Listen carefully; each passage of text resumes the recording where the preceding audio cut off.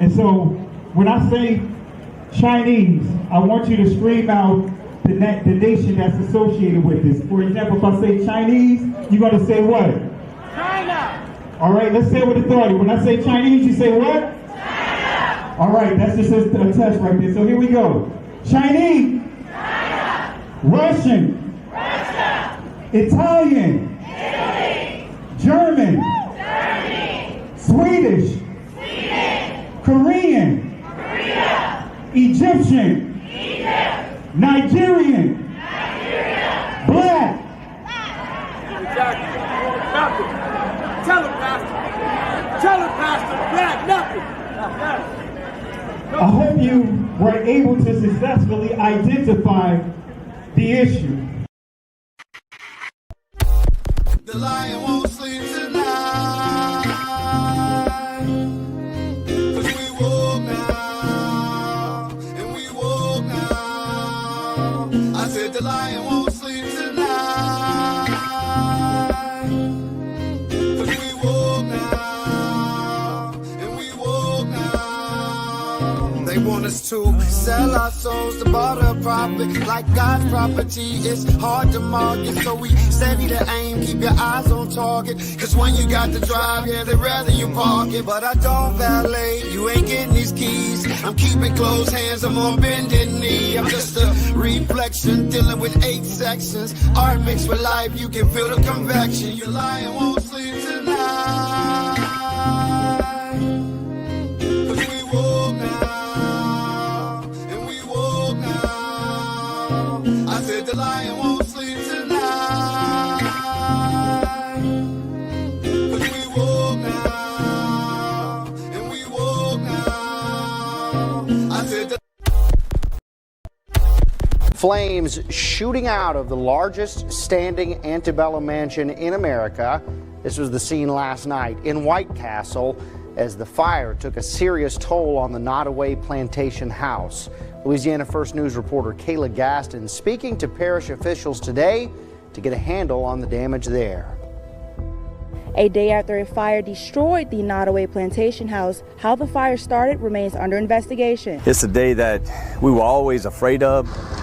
Thick smoke and flames rose from the historic Nottoway Plantation Thursday afternoon, a 160-year-old structure in Iberville Parish, sparking conversation about its legacy. There's so much controversy with the past, but you know, in the generations that we didn't live in that generation, right? The main thing is the preservation of history is so important. 10 fire departments rushed to contain the blaze. Though parts of the property were damaged, the main structure still stands. We will continue our investigation, leave no stone unturned until we determine what has caused and why this fire happened. No timetable on how long it's going to take. This is a large-scale fire, so it's going to take a lot of effort. The mansion, once a plantation home, now operates as a resort and museum, drawing visitors from around the world. This event here is going to take a toll on the Louisiana tourism. Several departments responded to help fight the fire. No injuries were reported. For Louisiana First News, I'm Kayla Gaston.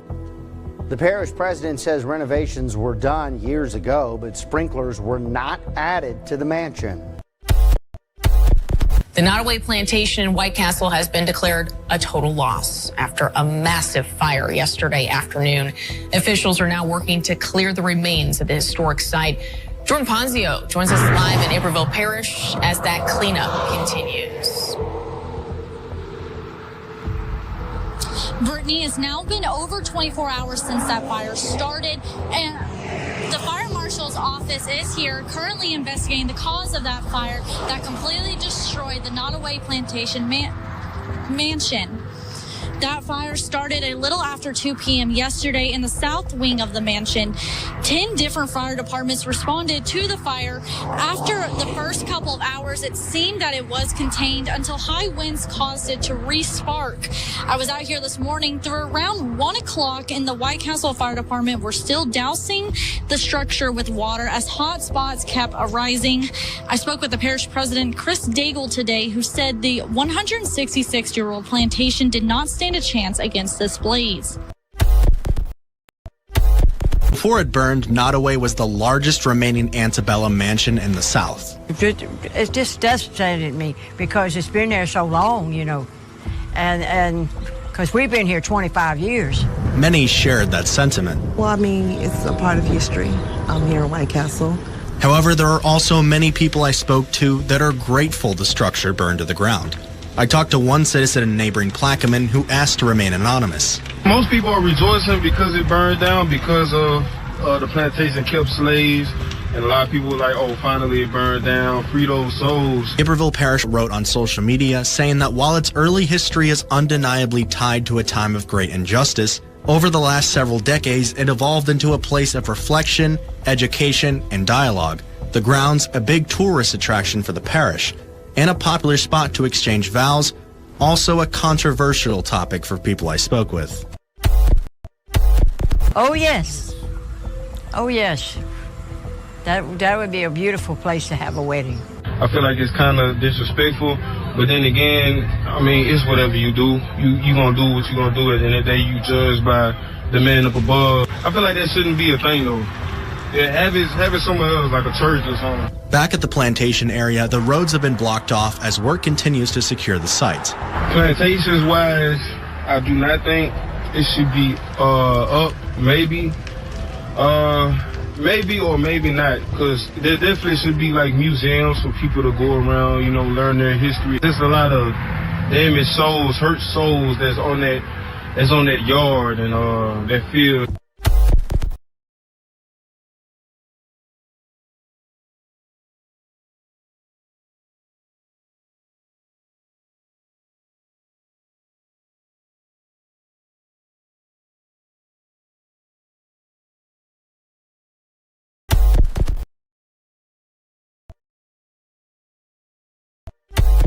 Nottoway was a staple in White Castle. I mean, everyone from all over the world came here to tour Nottoway. Just the history. I mean, this was built, in the Civil War. It stood this whole time, and now to see it just burned down, it's really sad. Everybody have their own opinions on Nottoway, but it is, it is White Castle. It's one of the biggest slave plantations in Louisiana. It's historical.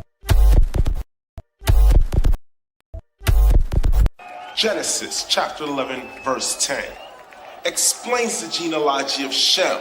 Shem was a black man in Africa. If you repeat this fact, they can't laugh at you. If you repeat this fact, they can't laugh at you. If you repeat this fact, they can't laugh at you. Want to say peace and blessings to everyone. I know that this is an unscheduled live here, and I know most of you guys probably catch this in the replay, but thought being that it's a hot topic and something that we should discuss, have my cousin Benaiah Israel on board here. We kind of going back, getting started, or should I say, getting back to some of the things that we were doing, some of the collaborative discussions. So have Benaiah here in the building. Benaiah, did you want to say anything as we get into the discussion tonight? Hey, peace and blessings, peace and blessings. Thanks, Pastor Kelly, for having me on. I'm sorry. I was doing the bus stop when you had it burning. Sorry.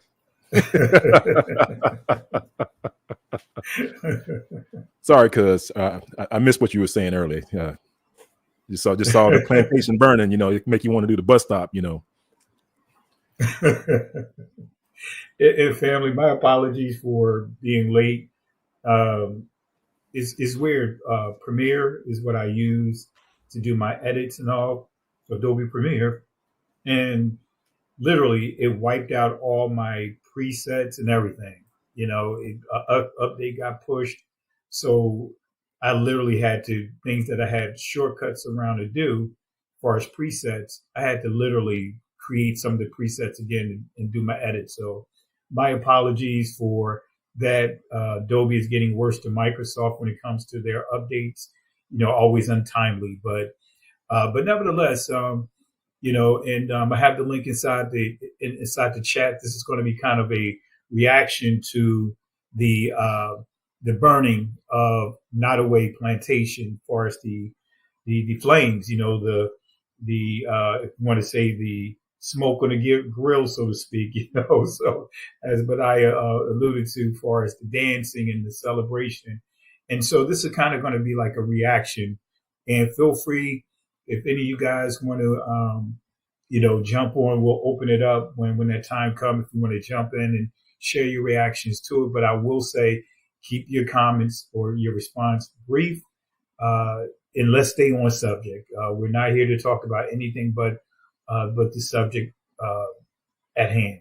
But go ahead, but I'll start with you. What are your thoughts? And I know that a lot of people don't really understand the magnitude, especially starting within our community, of these, I would say these different plantations, because growing up in school, they had somewhat of Black history or Negro classes or whatever, but they really didn't go into like some of the things that you start learning as you do your own homework or research, or educating yourself on the history, understanding that there was different types of plantations and they did certain things. So what are your thoughts, Benai, starting with your thoughts when you heard about the plantation being burnt down, and then the type of plantation it is or was. What are your thoughts? It's interesting you brought that up, because I remember, when we had our conference in Charleston, South Carolina, and I went up early to do, just do some background and check out some sites and stuff like that. Well, one of the sites I checked out was, I guess it was this state park, and this is where, where the conference was being located. Co-located on that site was also, a place where slaves were, right? And so there was actually a slave cemetery, and there was also, some of the I want to say the structures and the houses where like the slave, where the slave masters lived. And there was this, nice looking, plantation house. It was probably not as nice as the one that was in Jekyll Island. When me and my wife went out there, we saw that one too. But we talked about this because it's like there's always two views on those things, because it's the same view when we went to Charleston and we saw those structures, same view when we went to Jekyll Island. And this is this one, because it's like, so I was walking around, one of the young ladies, a Caucasian lady, she was gracious enough to pick me up because the grounds were just massive, right? And I was struggling because it was hot out there. So she was like, "Hey, you need a ride?" So she drove it with a golf cart, and we were driving past the nice plantation looking house, and she was going on and on about how nice it was, and about how it was restored, and about how beautiful it was, and the gardens were just so amazing. And of course, in my mind, I'm thinking, man, this was a place of torture and misery for my people.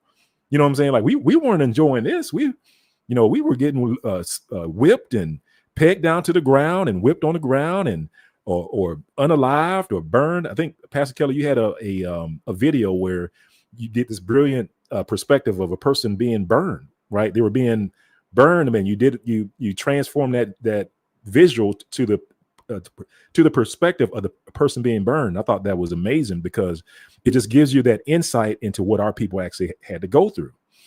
And, so those visuals were going through my mind as I was, seeing this structure, but it was oblivious to the person that was showing me around, who was Caucasian, as she was just raving on and on about this plantation, about, oh, it's so amazing. Oh, and they're having weddings here and all this other stuff.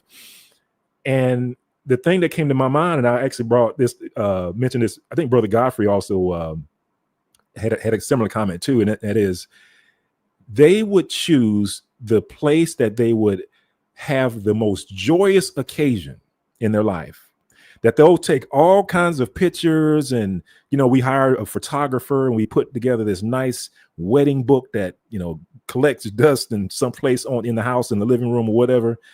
And the pictures that they want to tie into this memorable event that they're going to remember for the rest of their life is a place of our suffering and judgment. Come on, cuz. Come on, cuz. I mean, that I mean, there was just so many issues with that. I just didn't understand that, and that just goes to show that we are just totally different people. We think totally different when it comes to this stuff, you know. And now, like I said, Pastor Kelly, it's the same. It was the same thought when I was over in Charleston, you know, getting that tour over there, and it was the same thought when my wife and I went to Jekyll Island. The same tour guide. I mean, it was a different tour guide, but you know, gave the same perspective for the Caucasians that were in the group.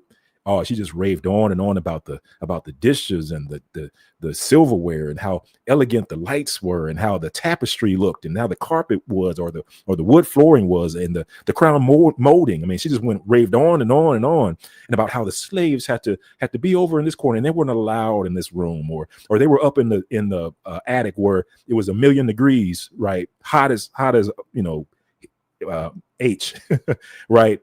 While the others, you know, lived in comfort below, right? But she just went on and on. But when she saw me and my wife, you know, the only black couple, you know, in this group of Caucasians, you know, she kind of changed her tone a little bit and just kind of threw us a little nuggets. Well, you know, it wasn't really all that great. I mean, for the people that were there, you know, the black folks. I mean, I'm sorry, the enslaved ones.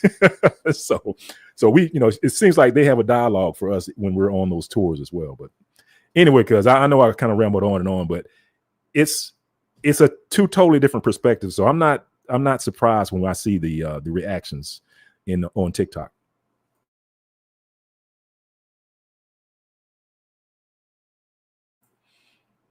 You might be on mute, Pastor Kelly. Sorry about that. Yeah, I was speaking and I was on mute, and you hit it on the nail. And one of the things that really come to mind because one of the plantations that you mentioned, as far as going out there to South Carolina, one of the major plantations out there is the Boone Plantation, and they record a lot of movies there, and a lot of weddings. What are your thoughts about you know, how you see these different events that are being, just, you know, that they're having their like engagements, like weddings, and you know, even just because my wife and I, we went to the Boone Plantation and the information that we gathered, and we're not one of the ones. When I say we're, our people really don't go to those places. You'll see some of us working there, but you really don't see many of us actually going visiting there. What are your thoughts on that? Well, I mean, kind of to deviate just a little bit, Pastor Kelly, this goes back to that rewriting of history.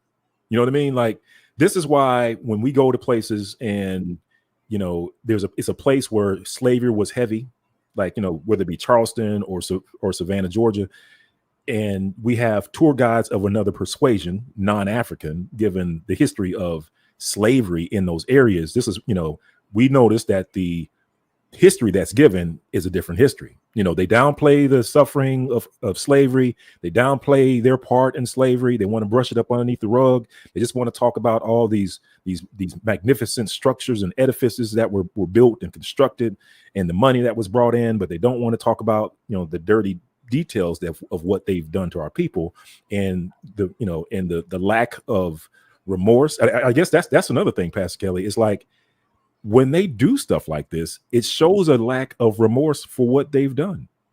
You know what I mean? Like, it's when you can have a wedding at a place where a family or an ethnicity was tortured and lost their lives, and it's a traumatic event, but you just turn a blind eye to it, and you can have things like weddings and get-togethers and stuff like that. It just shows a lack of empathy and a lack of remorse.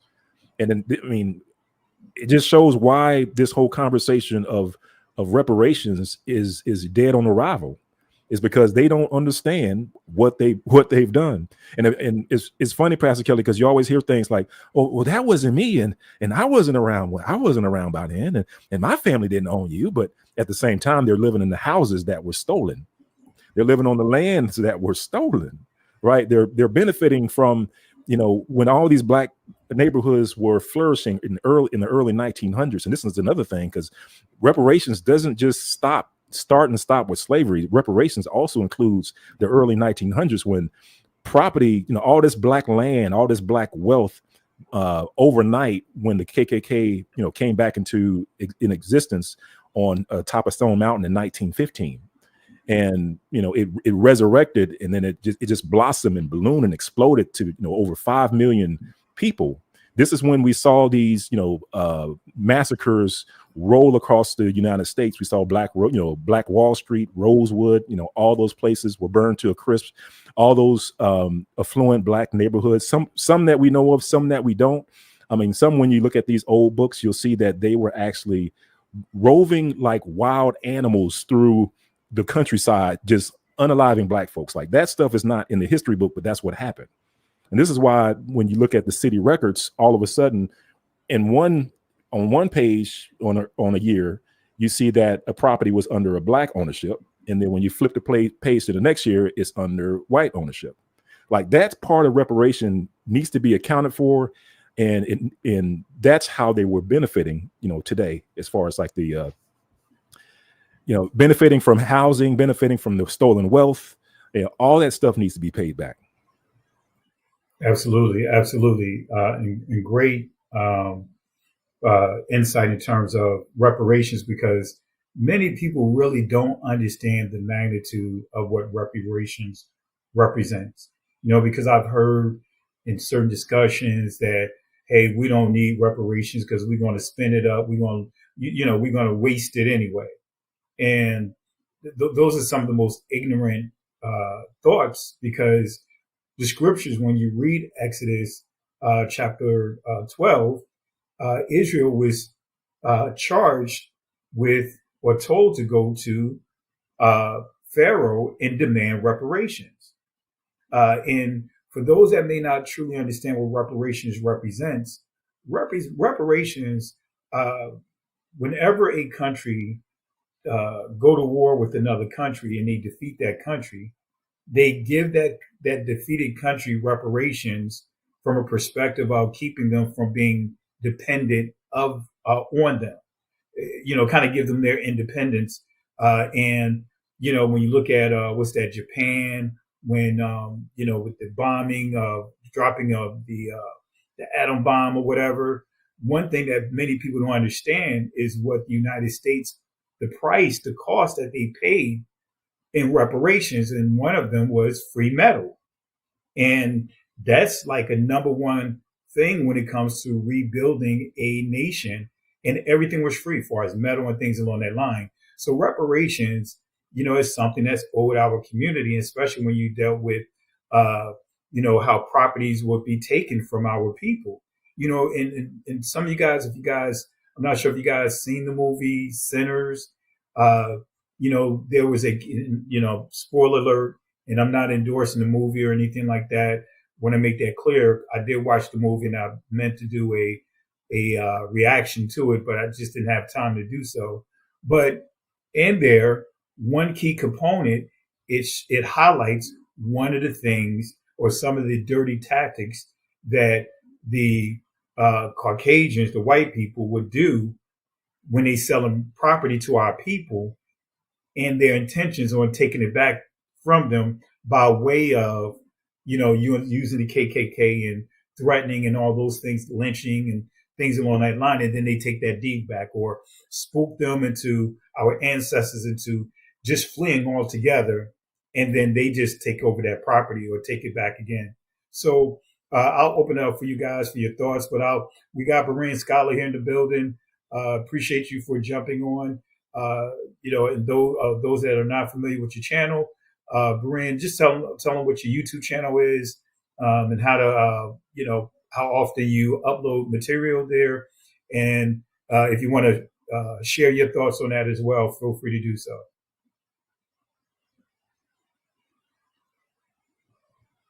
Unmute yourself if you're speaking. Okay, how about now? Can you hear me? Yeah. All right, I'm just grateful to be here, man. We try to do some material every week that we try to wake up our people to know who we are in doing this great awakening. But this topic is something else, because the whole internet is going crazy about it. I think I just posted down in the chat, there was a thing that happened, I think, a couple years ago with Ryan Reynolds, the guy that played Deadpool. Him and his wife got married at that plantation down in South Carolina. So when he posted his wedding picture, everybody went off on him about, how dare you? So he's trying to play that down. But yeah, it's a lot. It's funny how they don't understand how this looks from our point of view, from the Renee has said, from the person burning's point of view. Yeah, and shout out to Berean scholar. I've been seeing the content that you've been dropping on Hebrew Connect TV, and yeah, keep it up, my brother. Thank you, brother. Thank you, brother. Putting out a lot of good work. I've been meaning to send you a text or something like that. But yeah, awesome content, awesome content. But just to kind of land back on what you were saying, and this to kind of just take it into a slightly different direction, and that is, you know, of course, when all this stuff happened, and this was. I mean, this is like one of those weeks. I don't know if you guys heard of like this other social media, you know, frenzy of folks talking about black fatigue. Have you guys heard of that? Yeah. Okay. Because I think this is like right when all this stuff is happening. You got black fatigue, you know, and of course, you know, for those of you who are unaware about black fatigue, you know, it's you know, folks coming out saying, man, I'm just tired of black folks. Y'all always bringing up all this slave stuff and complaining and you know, always want some sort of reparations, and they always want to bring up all the old stuff. You always want to bring up all the old stuff, and it's like, because you never paid. Exactly. You never paid. You know, it's almost like somebody stole a bicycle, and then they come back riding your bicycle and say, "Man, why are you complaining about your bicycle being stolen? That was 2 weeks ago. Can't we all just move forward?" And then he rides a bicycle down the street and around the corner. And he comes back again. And you're like, hey man, you gonna give me my bike back? He's like, man, we own this old stuff again. We still talking about this bicycle. You know what I'm saying? So it's like they don't get it that like you've never paid what was due. That's why we keep bringing it up. Until you pay what was due, then we can you know, dust our hands off and squash it and go to something else. But and then, you know, of course, when you talk about reparations, the thing about, you know, the reason why we feel justified in asking for reparations is because everybody else got reparations. You know, exactly. Japanese got reparations. The Germans got reparations. But the moment that we start talking about black folks getting reparations, then they start coughing like, wait a minute, hold on now. We gave reparation to people that things didn't happen here on this land. Oh, come on now, bring that out, man. You know, we paid them representation. You know who we're talking about. And it didn't happen here. Exactly. And to your point, all of these laws and stuff that are being pushed, you know, are based off of things that happen in another country. Yeah. Now, it would be fine if we could do the same thing. You know what I'm saying? Like if we could come over and say, man, the stuff that was going on over in Ghana. Man, in Ghana, they were taking our land and they were doing X, Y, and Z. So we need some laws over here in the States to protect against that. If we could do that, it'd be fine. Or if the Japanese could do that, that'd be fine. But the problem is that everybody can't do that. Or, you know, according to the way they're rolling this out, everybody can't do that. And that is a form of racism. Yeah. But there was this book. I don't know if you all heard of this book. It's called The American Slave Coast.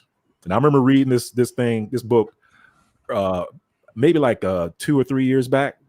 But basically, it's a book that talks about breeding farms in America. Yeah, so I have that book too. You got it? Yeah, because it's like, you know, one of the things when people look at the you know, the transatlantic slave trade, you'll see all these numbers of slaves coming from the continent of Africa over into Brazil, you know, millions and millions. But when you look at the numbers going to the what we call the United States, it's a very small amount, right? And people are like, you know, you got, you know, folks out there, you know, coming with all kinds of theories or whatnot. But one of the things that goes under the radar that hardly anybody talks about is the American breeding farms. Absolutely. This is why if you were to do an ancestry.com or DNA.com, what you'll find out is, you know, back in the day before, because before they changed it, right? Because they always changing it when they show too much. But originally when it came out, it showed that a lot of black folks, the point of origin was in Virginia. It was in Virginia. And why Virginia? Because Virginia had the largest slave breeding farm.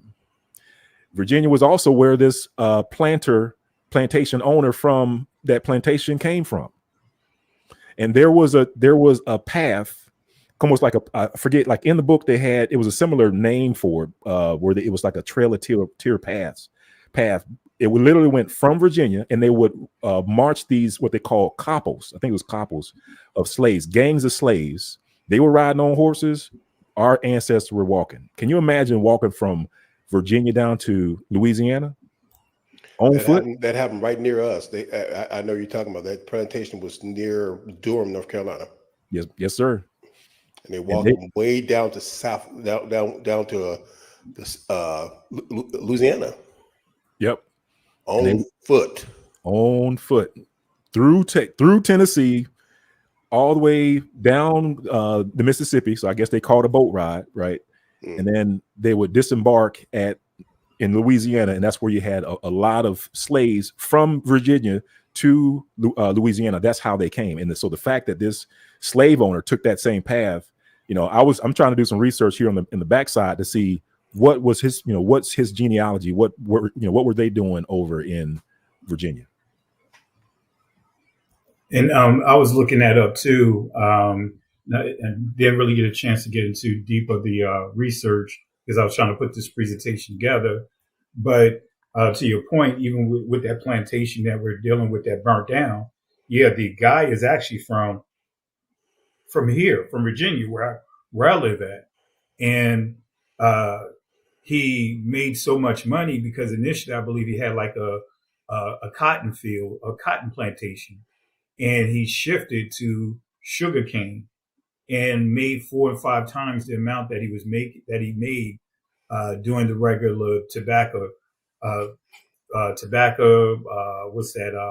cotton fields, those type of things. So it's some interesting information, some really interesting pieces of history when you really start, unpacking the information free from how we've been colonized to think, and I know some of our brothers and sisters, as a matter of fact, all of us, that one way or another, one form or another, we were manipulated through religion to forgive our oppressors. That when you start talking about these things, and I think, Benaiah, you alluded to it, when we start really having these discussions, especially when certain events happen or certain laws get passed, that tone towards us is, why we keep harping on those things? That's the past. We're dealing with a different generation of people. They didn't, these people didn't do anything to us, but yet they're the ones that's benefiting off of our hardships and so forth. So some very interesting comments that you made, and even just some of the things that only our community allowed, for the most part, because can you imagine if they turned Auschwitz into a bread and breakfast place? That's right. Can you imagine if they were doing weddings at Auschwitz? Can you imagine that everywhere that you see the Holocaust per se, that they identified to where Hitler, impacted, and they made those places into a wedding, or like I said, a bread and breakfast, or a Airbnb. And I was looking at this plantation. I didn't have a chance to put the commercial up, but they even have a commercial showing renovated slave quarters, and promoting that in part of their advertisement for this plantation, which is very interesting. What are you guys' thoughts on that? And I'll show, for those that are watching, for those that may say that reparations is not biblical, I'll show you the scriptures here after Benaiah and Berean Scholar respond. If you the reparation that most people, the excuse I've been hearing is that, well, that happened so long ago and none of you was slave and all this stuff, but they seem to forget that we have people who are still alive today who parents were. I mean, we got people that are like, I think there's only one more person who's alive from the massacre from Tulsa, and their parents were slaves. And Oh, go ahead. I'm sorry. I thought you were finished. And the effect from slavery, from Jim Crow, to them allowing us through the 14th Amendment to be citizens, to pay taxes, but we couldn't enjoy none of the benefit of our taxes. We had to pay taxes, but we couldn't go to the public pools. We couldn't go to the public schools. We couldn't go to none of the things that we paid for, all the way up to the 70s. But we was required to pay. I'm from Jackson, Mississippi. When they integrated school, it didn't happen to around when I was in 5th grade, around 75. But those private schools they built it with tax dollars that we pay for. So their kids didn't have to go to school with us. Not surprised. Not surprised. Your thoughts, Benaiah? Yeah, no, I'm just kind of looking at through the chat as well. I think my brother says, "What's wrong with renovated slave quarters? More Black history being preserved," and that's a good comment, right? Because I mean, we do have these restoration projects that are out there that are, restoring, certain aspects of our history. I guess the problem is, and it kind of goes back to what Pastor Kelly was talking about, was the purpose of these facilities, like the purpose of the restoration. Like if you're restoring slave quarters so that, people of another persuasion, another ethnicity can have a wedding feast in front of it, right? Can have a prom party in front of it, right? I mean, that's unacceptable. You're right. You know what I'm saying? Like that's unacceptable because, like, to what Pastor Kelly was saying earlier about with Auschwitz, like they wouldn't even think twice about doing it to somebody else like that. Why is it this double standard when it comes to our people, right? When it comes to basic things like common courtesy, common dignity, and respect, and that's the like I said, there's a bunch of messages that are being relayed when you see this stuff, right? Lack of respect, this white privilege, this racism, all these things are starting to come to the surface that we're seeing when you see stuff like that, or you hear people say things like Black fatigue and things like that, and then people they just don't understand why Black folks would react the way that they did when this plantation caught fire, right? Why were they doing the bus stop? why were they there's various videos of people singing and saying hallelujah and saying burn baby burn, like why are Black folks reacting like that? The fact that they don't understand why means that they need some additional education. And to your point too, and this is just me, and I understand the angle of the suggestion that they are preserving some of the history. Me personally, I beg to differ, because even just starting with that museum up in DC, and Benaiah, you did a video on it. You and I discussed it. That is them still telling the history, or telling what happened through their lens. When I went there, they had the map of Africa, right? But they had, just so happened, the map that they had did not have Negro land on it. Didn't have, let's just say, Ouida, maps that had references of our people. Me, I especially even going out to the Boone's Plantation. Now they have renovated slave quarters there, but when I walked up and listened to them giving the history, it wasn't an accurate history. And once the guy saw me, he began to kind of try to shift a little bit. And so, are they really preserving our history? Now, I believe that we should still go out and visit these places. Why? So that way, as Benaiah alluded to, as well as Berean Scholar, if we let them continue to tell our story, they're going to continue to water it down and modify it and manipulate it. Like when we went to Charleston and Godfrey gave the tour versus the tour being done by one of the descendants of those that have oppressed us. When they do the tour and they tell the history, they're making it very fluffy. They're not going into, like, the slave, for example, market and pointing out that the hooks are still in the walls.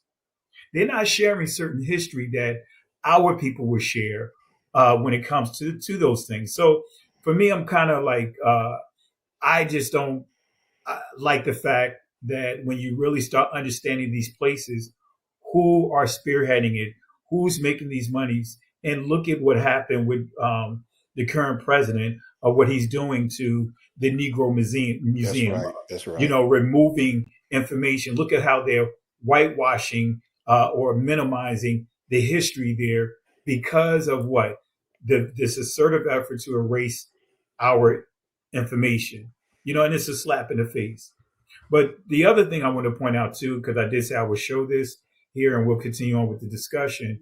Let me go ahead and stretch the screen out for you guys, and I'm gonna bring this. I'll bring up the proof about reparations with the scriptures because there are people, Christian spaces that teach that reparations is not biblical. So this is Exodus chapter 12, starting at verse 35. I'll just bring it up here real quick. It reads, "And the children of Israel did according to the words of Moses, and they borrowed Sha'al of the Egyptians jewels and jewels of silver, jewels of gold, and raiment." And it goes on to say in verse 36, "And Yahweh gave the people favor in the sight of the Egyptians, so that they lent Sha'al Wam," right? And this is interesting too. I'm going to break this down real quick. While words have meaning, we have to pay attention to actually understanding the Hebrew word itself in a proper context. So it says here, "Unto them such things as they required, and they spoiled the Egyptians." But the key here says, "The children of Israel," in this translation, the KJV, "did according to the word of Moses, and they borrowed." Now, come on, family.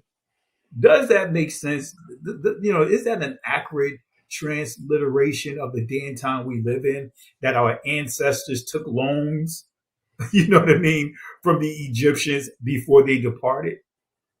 Absolutely not. So the Israelites did not take out loans.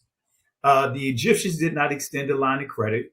That's why words have meaning. But here's the Hebrew definition of the word sha'al. It says here, to inquire, to request, to demand, lay charge. So a big difference of what we see in the wording. So Israel, they had to go and demand what was owed to them. So Israel was instructed to demand, not ask for a loan. So as instructed, Israel requested reparations from the Egyptians. Now, I'm not going to get into this portion of the history, but just for those that the naysayers that are teaching against the accuracy of what is deemed as the Exodus, the first Exodus, so to speak, they'll say that this stuff never happened. Well, here's a source on the screen. I'm not going to go into it. The admonitions of the Egyptian sage from a hieratic papyrus or papyrus, however you want to pronounce it, and leading by Alan H. Gardner, right? Page 48. But it's, this is a source you can use. This debunks them. This has the plagues listed here. This is an Egyptian writing. All right. But I want to fast forward to another passage, and then I'll leave it up for you guys to discuss. Joel chapter 3, starting at verse 3 through 6. And this kind of paints the picture of our oppressors making money off of our afflictions by way of slavery. It says, "And they cast lots for my people, and have given a boy for an harlot, and sold a girl for wine, that they might drink. Yea, and what have ye to do with me, O Tyre, and Zidon, and all the coasts of Palestine?" Really, it's Philistine. "But will ye render me recompense? And if ye recompense me swiftly and speedily, will I return your recompense upon your own head?" Verse 5, "Because ye have taken my silver, my gold, have carried into your temples my goodly, pleasant things, the children of Judah, the children of Jerusalem, have ye sold into the Grecians, that ye might remove them far from their border." What are your guys' thoughts on them making money off of our infirmities, and some of the things that we see right now, some of the things that you guys have witnessed and taught on? You can go ahead, Bree and Scott. The analogy you gave about the bike, brother. They not only took the bike from us and said it as theirs, but they took the bike. They got the newspaper route job. They made the money. They were able to do everything with the money and got ahead while we're still walking. And then say, "Why don't you just go ahead and make it on your own?" They have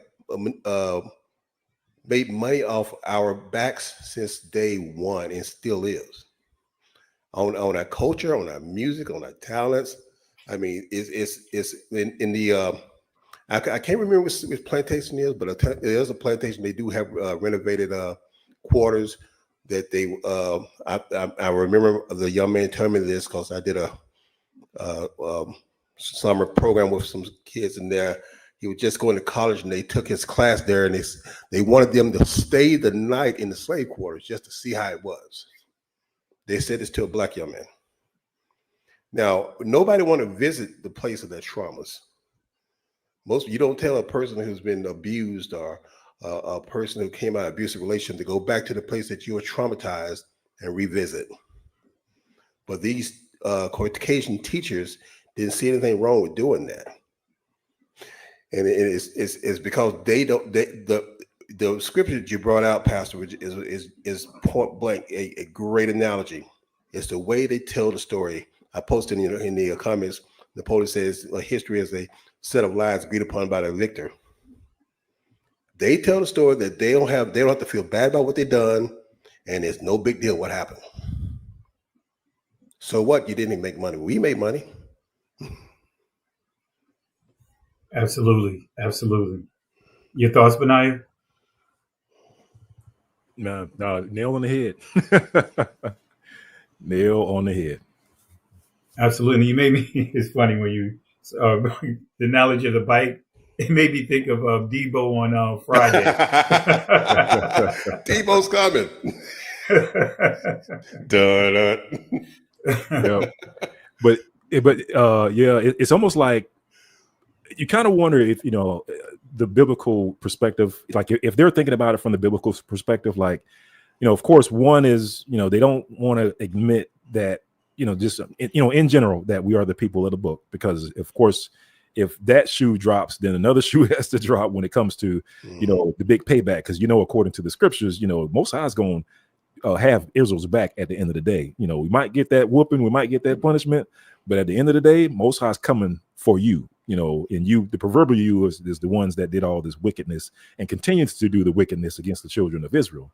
So you wonder if like the reason, this is kind of like my thinking on some of this stuff. It's like, maybe the reason why they're so adamant in have this black fatigue, when black folks start talking about stuff that was done and not, no recompense was done.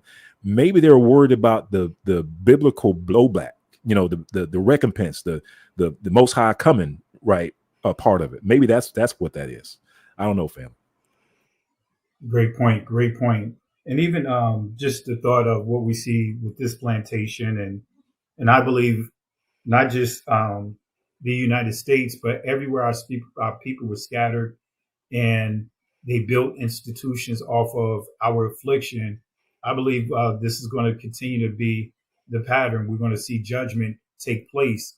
And so when I saw it on the news about what occurred, it made me think about Obadiah chapter 1, verse 15, and also Isaiah, and I'll highlight it real quick. For the day of Yahweh is near upon all the other nations. Now, your translation would say heathen, but really it's other nations. It's a proper transliteration. But it says, as thou hast done, it shall be done unto thee. Thy reward shall return upon thy own head. What do you guys think about that? And actually, I'll read the other one too, but this is a little narrative I'll put behind it. As far as plantations like Nottoway were built on the blood, sweat, and dehumanization of enslaved people. This verse speaks of divine reciprocity. Evil done will be revisited. In Isaiah 34, verse 9 and 10, it reads, and the streams thereof shall be turned into pitch, and the dust thereof into brimstone, and the land thereof shall become burning pitch. And verse 10, it shall not be quenched night nor day. The smoke thereof shall go up forever, from generation to generation. It shall lie waste. None shall pass through it forever and ever. And what I noticed with these plantations, because many of these plantations became abandoned. And so the move now that you see investors are doing, they're purchasing these abandoned plantations and trying to renovate them to make money off of, like, some of the plantations, even where I live at. So, what do you guys think about these passages? I'll turn it over to you guys. Yeah, I remember watching one of the elder assemblies, and he gave a reference to James Brown and the big payback. I don't know if you guys know about that song, and that's what's coming. I mean, that's what I believe is coming for all these nations that have done these wicked and evil things and don't want to give reparations and want to have weddings and stuff in the places where we were treated horribly, or where they had our children thrown to alligators and used as alligator baits, where they skin our people alive and use the skin for belts and clothes and shoes. I mean, where they had what they call picnics, and we were burning a person of color, a slave, in the backyard, and while they had the other slaves around watching, and while they would dance and stuff like that. And Pastor Kelly, shout out to you, because you had that video, that scene, in one of your videos. And so, like, all that stuff, it's going to come back. And I mean, we were talking about reparations, and I actually in the background I was trying to find the scripture, and I actually found it, and it's Deuteronomy chapter 15.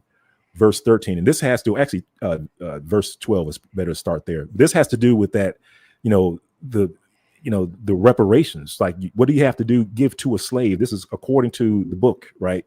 And so when our people left Israel and they were asking for stuff, they were asking it according to the law, even though they hadn't gone to Mount Sinai just yet, but they were asking it according to the law. And what I mean by that is that if you read Deuteronomy 15 and verse 12, I don't have it up, family, but I'll just kind of read it to you here, where it says, verse 12, and it says, "And if thy brother, an Hebrew man or a Hebrew woman, be sold unto thee," Europeans, "and serve thee 6 years, then in the 7th year you shall let him go free from thee," verse 13, "and when thou sendest him out free from thee, thou shalt not," let me say that again, "thou shalt not let him go away empty-handed," which is what they tried to do, didn't they? Cuz when they set us free here in the South, they did that too. Yeah. They were like, "Okay, now y'all free. Well, what are you gonna eat? Oh, you don't have anything to eat. Okay, well, where are you gonna live? Oh, you don't have any food. I mean, so it looks like you don't really have a whole lot. Well, I got this thing called sharecropping. You know what I'm saying? Like, exactly. They didn't give us anything. But according to the scripture, verse 13, it says, "And when thou sendest him out free from thee, thou shalt not let him go away empty." Verse 14, "Thou shalt furnish him liberally out of thy flock, and out of thy flour, and out of thy winepress, and out of," it says, "wherewith Yahweh thy Elohim has blessed thee, shall give unto him." So according to Torah, they were supposed to give us our reparations. And there you go. Wow. Absolutely. Brian Scott, any comments, any thoughts? That was good. The things that they did to us it's almost like color purple. Ain't nothing gonna go right by y'all until y'all do things right by us. You mentioned the lynchings and stuff that happened. Those things happen on Sunday with people wearing their Sunday best coming from church. Pastors, church leaders, community leaders, mayors, and having the picnics and stuff, and lynching our people and doing that right after they came out of church. Yeah, and it's just a payback coming, because you singing, bringing in the sheep, and you go out and you lynch one of us. Yeah, some of the horrible stories, man. When you read it, I mean, on their way to church, their church service, lynching people. And some stories I read on the way home from church, Yep. lynching people. Seeing them, whether seeing them walk, whatever the case may be. So there's a price. There's an accountability that's going to take place. And so even when we deal with the prophecies that I highlighted, though this prophecy refers to Edom, symbolically, Edom is often used in the scriptures to refer to nations and systems of oppression and violence. Because we also read, I can't remember, is it Baruch, where it says that uh, Esau is the end and Jacob is the beginning. I can't remember what scripture it is.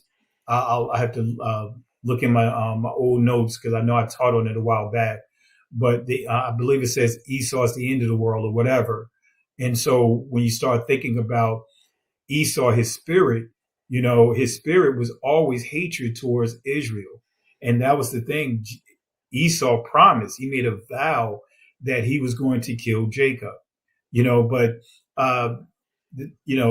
the fire consuming, such as, the structure as Nottoway could be seen as a sign of condemnation of an unrepentant legacy, because they're not repentant. Again, can you imagine? Think about this, Benaiah and Berean scholar. Can you imagine? And someone here just said, you know what? They're going to purchase a piece of property, and they're going to do a replica of let's just say, the holding places that Hitler used, the camps, and they're going to make it into a place where people can come and get married, a place where people could come and have reflections, a place where people could come and just have civility or whatever the case may be. And all of this is in place to make money off of. And even if it wasn't in place to make money off of, can you imagine how they will react to that? And yet we have this happening right before us right now in this country, that you have these plantations, you have these statues, you have all these things in our face. Man, even just, driving through Richmond, you have to drive past J. Clyde, J. Clyde, and down in actually near my daughter's school. But then what's the other? I can't remember the other street up this way. It's not J. Clyde Morris, even though that's down at the Hampton Roads area. It's another one out here. I can't think of the name. It's a popular name, but nevertheless, a racist guy, Confederate, push for the enslavement of our people or keeping us as slaves. So can you just imagine if this was the name stealers, how the type of outcry that would happen if anyone even had the slightest thought of doing that? Any thoughts? It would never happen. It would never. They would go off. I mean, it's just like them going against the Black History Museum in Washington D.C. But they just said nothing about their museum. They said nothing about what's going on with them. It would never happen. And that scripture that you quoted, Pastor Sister Rita, in the it was 2nd Ezra, chapter 6, verse 9. For Esau is the end of the word, and Jacob would be the beginning of it. Yeah. Yeah, and that's a good point, Berean scholar, about that's Sister Rita D. No, I was talking about the the point that you were making earlier about as far as like the going into the double standards. Yeah, going into the museums, and they're fine with tweaking our museums on their behalf. Like let me just take that out for you. Let me swap these words out in this display. Let's just change this this whole arrangement of artifacts and things to to better tell the story. Because they're already family. I'm telling you, they're already doing this when it comes to tours in like Charleston. Like this is the whole thing. Part of the reason why we had the tours up in Charleston, South Carolina.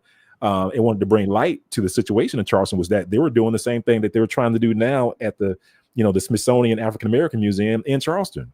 Like they were literally giving out scripts for them to give when they started talking about our history.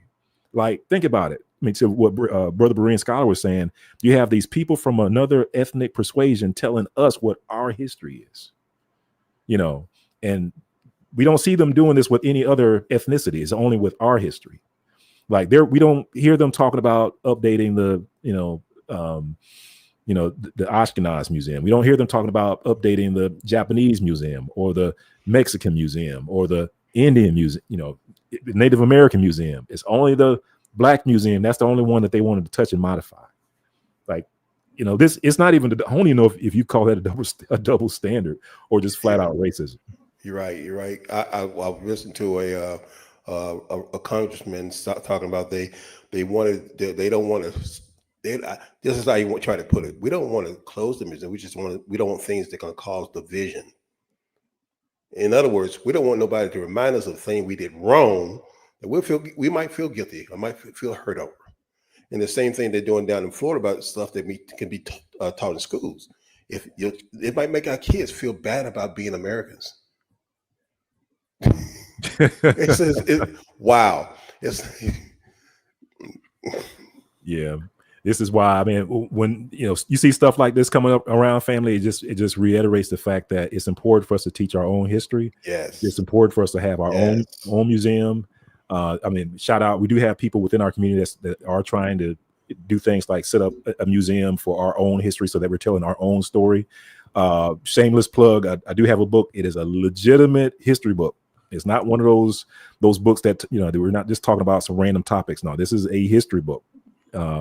And, I think Pastor Kelly, we were trying to talking offline about like this plantation is a sugar plantation.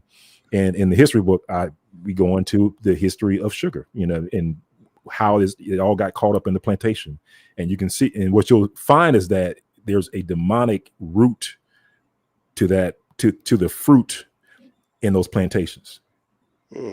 I mean, we don't really talk about it. We don't really know about it. But I mean, this is why we need to tell our own history, family. Absolutely. And we see it playing out, before our eyes. I mean, even with this so-called rewriting of the history, have the approach of what they were saying. What was that about 8 years ago when Donald Trump initially got voted in? How they were saying that, instead of using the word slave, they were using immigrants and things like that, saying, hey, the slaves were, they were provided with a roof over their head, free meal, and all kinds of crazy stuff. But can you imagine if they said that about the name stealers? Well, Hitler did provide them a room and board. He did provide them a way of getting rid of their garbage, and he did provide them free transportation, even though that train was going to a place, of death. Can you imagine if if that was said about that community and the type of uproar? But when it comes to our community, it's the opposite. I was watching Piers Morgan, and I was a little disappointed with Mark Lamont Bryan, even though he stood his ground. But you had people on there trying to talk about our history, coming up with these narratives. And what burns me up is seeing our brothers and sisters joining in, saying, "Hey, BLM, Black Lives Matter, they're Black extremists." I'm like, wait a minute, calling the Black Lives Matter group Black extremists, saying that, and they're even using terms like the chicken coming home to roost. That's Malcolm X phrase that he made famous. But the notion of taking that term Black extremists and trying to equate it to white extremists, they cannot tell you how many whites were murdered by, let's just say, Black Lives Matter. But we can, it's historically on record that these Christian organizations that's known as the KKK and many other groups they are registered. They are hate groups. They have public executions of our people. They have public burnings, literally doing satanic rituals publicly. So, family, when you see that people being burnt at the stake, don't think that that is just coincidental. No, those are satanic rituals. They were eating the livers, they were eating the ears, and there's a reason why in satanic worship they eat the liver and they eat the heart and the kidneys. Those are things. Those are key things, and there's a reason why they were even drinking the blood. So my point that I'm making is, these are the things that we see happening. That it's like, as a community, we keep allowing, like I think Benaya, you alluded to, that we need to start telling our own story. And more as they talk about Black Lives Matter getting further removed from what has taken place, man, you even have white people on this panel had the audacity to say George Floyd was a criminal, even though he was murdered on camera, but say he was a criminal. Can you imagine if that was done by any of these figures in the name stealers community? The type of uproar. I yield. I'll let you guys jump in. You're on the road, and they're trying now to do a thing to acquit. Hold on, real quick. Let me just say something real quick. I want to make this clear. I see someone posting that the Democrats started the KKK. Love Market. This is not politics. Both of them hated our people. Both the Democrats and Republicans. They were people, they're the same people, and many of them was part of the KKK too. You'll see so many different denominations that was part of the KKK. I'm talking about Christian denominations. We could talk about the Jewish people. So let's not make it about a Democrat, Republican. Let's keep that argument somewhere else, because Democrat, Republicans, they are the same bird, two wings on the same bird. Go ahead. The thing now is, I don't know if you heard about, they trying to acquit Derek, the cop that kneeled on his neck, just to drum up some black outrage, so then they can unleash the military on them. They putting that out now. I think Margaret MTG, so she put it out on X, saying we should acquit Derek, I forgot his name, the cop. Anyway, but because he's the victim, not George Floyd. He's the victim, and that's, we lose lives, and they're the victim. Like the same thing they did with the person who was standing their ground in Florida with the young man Trayvon. He was the victim. He was scared for his life. Well, the same lie every time. Look at where we are now. You have a Karen calling a kid with he was dealing with I think it's Down syndrome or what, I can't remember, but he's dealing with a disability, of course, and 5 years old, calling him the N-word, and $600,000 get raised for her. What's his name? Ahmaud Arbery. They had to take before Cash App took it down. GoFundMe took it down. They raised almost $500,000 for those murderers, and it was over 100,000 people. It was a group created. I took a snapshot of it, and it was 100,000 people from the Christian church forming a Christian group to protect those guys. Yep.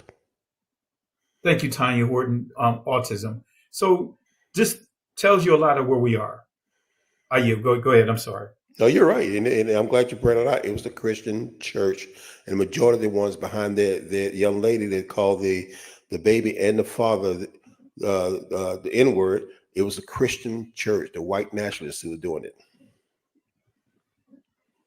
Yeah, but I'm not surprised. I mean, especially like when this goes back to one of those things where, the things that are taught in seminary school, or that's available to people that are in seminary school, is the actual real uncut history of what happened during the transatlantic slave trade, the Catholic Church, them authorizing slavery through these papal bulls, the Asiento, where they signed these the contracts that authorized the enslavement of folks from Africa and things like that. Like that was all the church. It was 100% the church. It wasn't anybody else but the church. Yeah. So that's why I say I'm not surprised. It's just really more the thing is of whether or not people want to read it, because one of the things I know, my dad, he was in seminary school at one point in time, and I remember asking him, I was like, so hey dad, did they teach you about the Inquisition? Did they even mention this whole thing that the church had against the children of Israel? Like this was an all-out assault on the children of Israel, point blank. Like this wasn't it wasn't clandestine. It wasn't something that was hidden in the hidden, right? I mean, like you all were mentioning before, like this was one of those things where they not only persecuted them, they persecuted them on Sunday morning. Mm-hmm. On Sunday morning, they would have these ceremonies called auto de fe, where all these church going Christians would come out, and they would fill, either it was held in one or two places. It was either held at church or it's either held at the city square, and they would fill them up, right? And they would they would have these posts, these wooden posts with these piles of wood at the bottom of it. And as they would usher in, these brown, black Israelites, and they would strap them to these poles. And right before they would, set them on fire to the exhortation of those that were in the, in this arena, right? They would ask them, it was like, well, do you repent? Some of the accounts that I was reading was they would, right as they were burning them, they would hold the cross in front of their eyes so that the last thing that they saw before they burned was that cross. Wow. Like I'm saying, it's like stuff like that is available in seminary school. Like some of the books that I was reading, and I was trying to figure out like what library to get it from. And these were, it was for the most part available at schools and higher learning, like at colleges. I literally had to go to colleges to get a copy or read a copy of these books. But the other place that these types of truths were, it was in seminary schools. And I gave the story of, I'm trying to remember the name of that Christian pastor's name. It wasn't John Hagee. It was, I can't think of his name. But he was on one of these TBN shows, and he was talking. It's like, well, he said, I read this Perry Stone. Is it named Perry Stone? And he was like, I read this book, John Ogilvy. And I'm kind of like doing stuff in the background. You know how you have stuff playing while you do stuff around the house. And I heard him say that. I paused. I was like, what? Because now, if you don't know, John Ogilvy is the book that talks about how the church sent the children of Israel to the west coast of Africa and then sold them as slaves. Page 574. Yeah. Page 574. It is there. And so when Perry Stone mentioned that book, I was like, what? I was like, so if he got that book, then he knows what I know, because I read that book while I was on a flight to Nebraska, and I came across the page 574 and almost jumped out of my seat. And so I was like, so he knows. And then get this, cuz he was like, well, but don't you go and read this book. I don't want you reading this book because it just has too many truths in it. I'm just kind of paraphrasing. Yeah. But basically he told his assembly not to read it. But they know not to read it. Wow. But they know, like, these truths that are in there, they know it was the church against the Israelites. Yeah, and even to that point, because being there myself, attending, it depends on what seminary you are attending, because when you go through the curriculum, right, that's not like when they give you the history of the church. They don't include that history. You know what I mean? As in terms of pointing out that the real people that was being persecuted with the Spanish Inquisition was us. They don't share that portion of it. And like the source that you pointed out and some of the other sources, they will point to the name stealers as we see today. So similar to what we have, like, for example, the Sephardic Jews. Sephardic Jews is not even biblical. But you get taught that, when you're dealing with the Spanish Inquisition, you'll get taught far as the connection of Spain being with the Sephardic Jews, when actually that, again, the Sephardic Jews is a created term that the name still is created. So you could just really see a lot of the level of information based upon the institution. Like there's some books that you will not find in any other schools outside of the Ivy League schools, and that's where I get many of my sources. I got directly from the Ivy League school, many like Harvard and Princeton, by simply enrolling into a lecture or taking a class, just so I could get access to their library. Is certain information that are there that's not in some of the other seminaries. And then two, again, going back to that point, when you look at the curriculum, most seminaries now, you don't even see uh, that on the part of the curriculum in terms of learning that aspect of the history. Nope, they leave it out. And and to land back on it, your point, because like that's the whole point. It's like they don't talk about it. Yeah. They just totally skip over it, even if the book is in their library. Even if the book is on that shelf, in a prominent place, they will not tell their pastors to go and read it. So that's how and it's not just a problem at the seminary school. This is like a problem like all over, because I'm just like you all. I'm either on, watching YouTube or on Hebrew Connect TV and just, social media, just kind of taking in all these different, bits of information. And, I remember coming across, one of these professors, and they're talking about, he's kind of giving like an online class. He's like, yeah, we're going to go over our syllabus for, like you were saying, Pascal, they called it the Sephardic Jews. But to your point, like when you look at the references during that time, they never referred to themselves as that. Like they never called themselves Sephardic Jews. They never called themselves Jewish. Like anytime you see that term referring to them, it's usually superimposed from a contemporary researcher, a contemporary publisher or person writing the book. They'll superimpose that back into like this old text. I've seen them do a bunch of stuff like that, whether it be color. I'll see them, insert like terms like pale. Like, oh, he was pale when he came out of there. I was like, pale. I was like, let me go and look at the source, the primary source. And you look at the primary source, it don't say nothing about pale. They put that stuff, in there. And it goes back to what Pastor Kelly did earlier, and that's why I think the Most High for the ministry that you do, Benaiah and Pastor Kelly, because when I came into the awakening, after being in the ministry for over 20 years, after going through school, after going through my license and my or being ordained and everything, nobody showed me to look past what they told me. I didn't know how to look past the original writing to find out, hey, this is written so I don't see the truth. I don't see that we didn't borrow money from the Egypt. I didn't know how to go to the original Hebrew to find out that we didn't borrow, we just demanded, because that's what we're supposed to have. I didn't know how to debunk the lie that no, they stayed in Egypt. They stayed in Egypt for 430 years because the Exodus 12 said no, they was in Canaan and they were, I didn't know how to do that. So I was in that.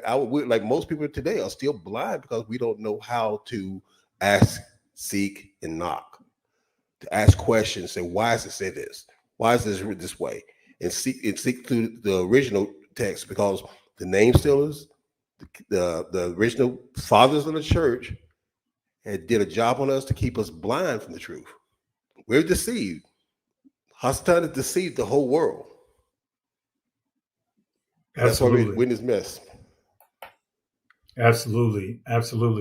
And just to keep the conversation going too, because I do want to, touch on a little bit more on these sugar plantations, because I know you started on some of it, and I just want to highlight a couple of things, and actually start with the information that if you was to go and let's just say do a quick Google on the Nottoway Plantation, these are some of the things that will come up. And I just want to get you guys' thought on how information is being disseminated. It says here, Nottoway Plantation, once the largest antebellum mansion in the American South, was destroyed by a massive fire May 15th, 2025. And this is me pulling it from a news article, but it says here located in White Castle, Louisiana. The 5,300 square foot estate was built in 1859 by sugar planter John Hampton Randolph, utilizing the labor over 150 slaves, right? And that really kind of, when I saw that, I was like, come on now. And also the name, to your point, Benaya, earlier, when I saw the name John and I see Randolph, we do know that name stealers, they do kind of change their names to kind of take away or kind of remove the hound dog, so to speak, off their scent. So you'll see when you look at a lot of these old flyers, right? You'll see if you really pay attention to them, you'll see Cohen, but most people don't know that Cohen is a Jewish name. You know what I mean? But you'll see Cohen Brothers, which is actually a Jewish company that auctioned slaves, and most of them were Jewish, but nevertheless, you see here, like it says that utilizing the labor of over 150 slaved individuals. And what do you think about when you see that number? Even just talk that number that they put out there of 150 enslaved individuals. What do you guys think? Well, one of the things I know we was talking about breeding farms earlier. I brought that up about how, breeding farms were prevalent in the U.S. I mean, you have to think about it like this, family. It's like, in order to get a people that don't know their history, you have to have children that are separated from their parents. So, and this is where breeding farms come in. I mean, you breed the children and you can raise them up and teach them any and everything that they, that you want as far as like their history. But to go back to what you were saying about the numbers, and the reason why I went to breeding farms was that that 150 slaves, like if you were to look on the internet on, use like AI and stuff like that, what you'll find is that 150 was way more. They carried way more slaves on their plantation than was needed on the plantation. I'm say again, they had way more slaves on their plantation than what was needed on their plantation, meaning that they were in the business of slave breeding. Like it was implied. Exactly. It's implied that that's what they were doing and that they were selling their slaves. And to your point too, sugar plantations had a very high mortality rate. Yes. Right. You didn't, the average life expectancy, was in the late 30s, if that, early 40s, if that. But because of the machines and the things that they used, the method, many of our ancestors would literally would have limbs ripped off, and they would literally cycle people out, just like they would, like how you would replace your car tire or replace a bad part within your car. So when you see, to your point, even with the breeding of the slaves, but also having more than enough slaves to account for, should someone, and it's already guaranteed, someone is going to get maimed, someone is going to get disfigured, someone is going to lose a limb in these machines. So they already have slaves on deck to basically jump in as soon as one get hurt, one get injured. And oftentimes the one that got injured, they would let them bleed out. I mean, just like old parts being thrown into a bucket. That's how they were treating our ancestors. You're being kind, Pastor. I know. They treat us like livestock. Yeah. And think about it. That's where you get the word chattel comes from cattle. Exactly. My mentoring teacher that I worked with, who lived in Danville, Virginia, and her parents were going through their family lineage, trying to plan a big reunion, and they went to the county. At first, they went to the city hall to get some records, and the records they didn't find. And the older woman who worked in the office said, if you want to find people to go back that far in your family, you might have to go to the livestock area. And she was ashamed to say it. She said, well, we don't have a record. It might be in the livestock area. And that's where they kept the people names who were bought and sold on those farms. Yeah, and I guess now would be a good time to kind of dispel a couple of myths, because you will hear things, and it is factual that blacks did use their terms. Negroes did own slaves. Yeah. You know what I mean? Like, there were black slaves, and that was one of the things that I saw on YouTube, TikTok or something like that, where people of the other persuasion were saying things like, well, blacks own slaves too. But there's a caveat. One is, in the South, and this is one of those things, family, Most High will, and we'll go into detail with additional video. But in the South, what you have to understand, family, is that a free black man was in danger of being, you heard the term carjack, right? Well, slave jack. Exactly. Free black man. And this was where Ola Uda Equiano, when he came to Savannah, and shout out to the African Israelite Justice Foundation. We have a conference in Savannah. Ola Uda Equiano, he was there. And one of the things that he wrote in his book was that he hated Savannah. And the reason why he hated Savannah was being slave jack, walking around. And I mean, think of it this way, family. If somebody wanted to get money, all they had to do was grab a free black man walking down the street. Exactly. And throw some chains on him and say, "Oh, no, this was my Negro that got loose." And that was the Fugitive Act. Remember that? The Fugitive Slave Act is what you're referring to. Yep. So if anybody was a little short on cash, speaking of the other ethnicities, if anybody wanted to buy a horse or get a buggy, you know what? Let's go out and see if we can find a free black Negro walking down the street and slave jack him. And so the defense of getting slave jacked was being owned by a black slave owner, like your mother. Like, what I'm saying? Like, if your mother owned your slave papers, then theoretically somebody couldn't take you, or if they did take you, you would have somebody else that would already have your papers. So part of the reason why people were, other people of color owned slaves was for protection. And you won't really see a whole lot of that written in books. Hey, Benaiah, can you touch on Georgia, for example, when we start dealing with the Seminoles and how they changed laws to keep even many would be classified as Seminoles from owning slaves, because that was part of the process of purchasing them and then freeing them. Can you shed some light on that as well? Yeah, that was big in South Carolina, because one of the things I think South Carolina had the largest free slave population like across the country, and they were doing just that. They were like, they would buy their relatives. So let's say one person got free, but your whole family was still under the slave ownership of the Johnsons. So that one person would work, get the money to be able to buy their daughter or their son, buy that person, bring him in, right? And then at first what they were doing, like I was saying family, at first what they were doing before this, when the slave jack and stuff got kicked off, they were purchasing their people and they would bring them in, and then they would let them free. Right. And this was in South Carolina, like I said, had the largest free slave population. But then South Carolina was like, whoa, hang on now. We got too many of these Negroes running around.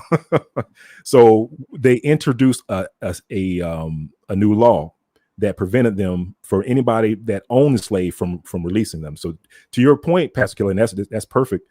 They couldn't release them. After a while, by law, they could not release them. Or the way that they were given to release them is that it had to be some sort of judicial or some sort of official government approval to release a slave, which wasn't happening. So the result of that was also black people were owning slaves. So they got out, they got free, they paid to have their daughter released or their husband released or whoever released. They came back home, and then after a certain period of time in South Carolina, they couldn't let them free. So then what you see on these paperworks and these census is you see a lot of these black slave owners. And then this is what people with those of other ethnic persuasion, they'll use that and say, well, look, well, you had slave owners too. But we weren't. You won't see pictures of black folks, stringing folks up and having picnics and eating body parts and feeding them to alligators. You won't see that.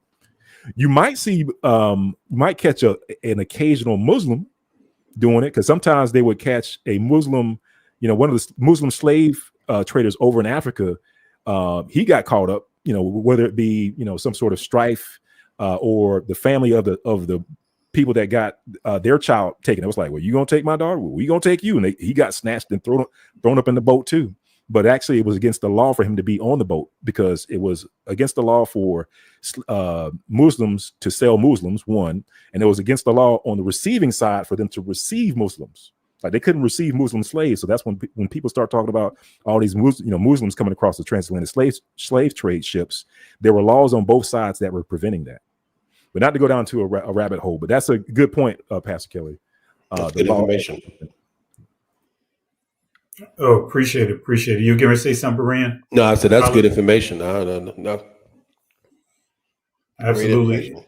And like I said, when I was doing this research, just kind of pulling up some, articles on the situation, they really focused on really trying to make this place out to being just a really good thing. And of course it was, we can expect that of who's the influence over the media. And like I said, what was interesting too, I'm just fast forwarding here, is I think you guys saw some of the clips, but just how, the oppressors here, Caucasians or white people, were responding to the situation. They called it a tragic situation, stuff that you just won't hear towards any other community but ours. When it comes to the devices that was used to suppress our people. But I'll play a clip or two and get your thoughts on.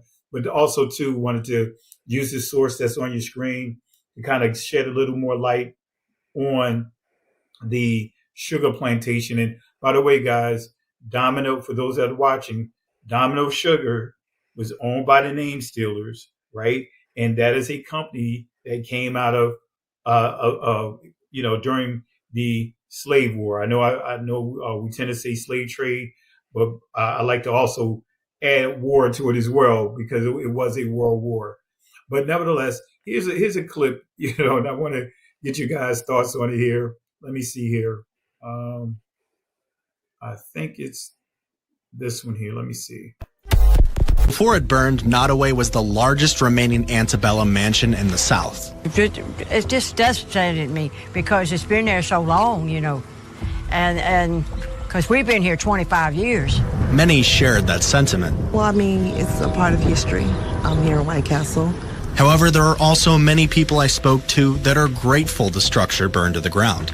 I talked to one citizen in neighboring Plaquemine who asked to remain anonymous. Most people are rejoicing because it burned down, because of the plantation kept slaves. And a lot of people were like, oh, finally it burned down, free those souls. Iberville Parish wrote on social media saying that while its early history is undeniably tied to a time of great injustice, over the last several decades it evolved into a place of reflection, education, and dialogue. The grounds a big tourist attraction for the parish, and a popular spot to exchange vows, also a controversial topic for people I spoke with. Man. Oh, yes. Oh, yes. Man. Oh, I'm going to stop it right there. I was going to play the other one, but I heard you, Benaya. What's your thoughts? Man. It's a time of reflection. Now, I can't take credit for this, family, because somebody else on TikTok or YouTube made this point. And the point is this, because, they say things like, well, we can't deny this happened in the past, but now it was used for, all these weddings and stuff like that. Get this, family. What they did was inside, and this I was trying to actually before you cut, Pascal, I was trying to find some pictures. Inside of the plantation house, they have new stuff that they put in there. Yes. New racist stuff. Yes. Of like Negroes and servants and stuff like that. So that was new. Like that wasn't ancient stuff. so this whole time of reflection, they were reflecting on us being slaves, because why? They bought new stuff about us being slaves to put in the house. So they were still on this kick about us being slaves. But that's the only reason why I was like, it was 2 gold statues at the doorway with a black man with a candlestick on his head. There you go. Yep, I seen that. Mm. And it said this is not original. This was brought in about 40 years ago.